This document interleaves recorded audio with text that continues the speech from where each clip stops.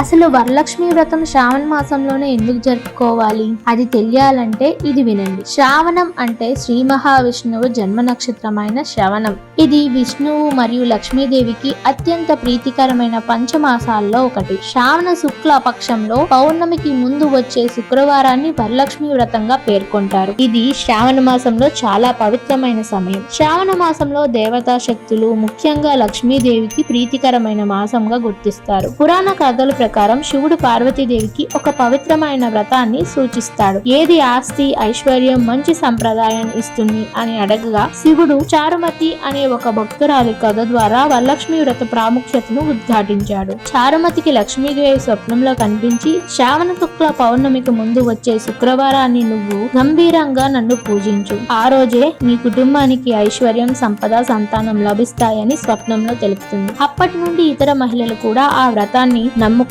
ఆచరించడం మొదలుపెట్టారు. వ్రతం ద్వారా లభించే వరాలు. వరలక్ష్మి అంటే వరాలిచ్చే లక్ష్మి. ఆ రోజు ఎవరైతే వరలక్ష్మీ దేవిని పూజిస్తారో వారికి ఆరోగ్యం, ధనం, శాంతి, వంశాభివృద్ధి అన్ని లభిస్తాయి.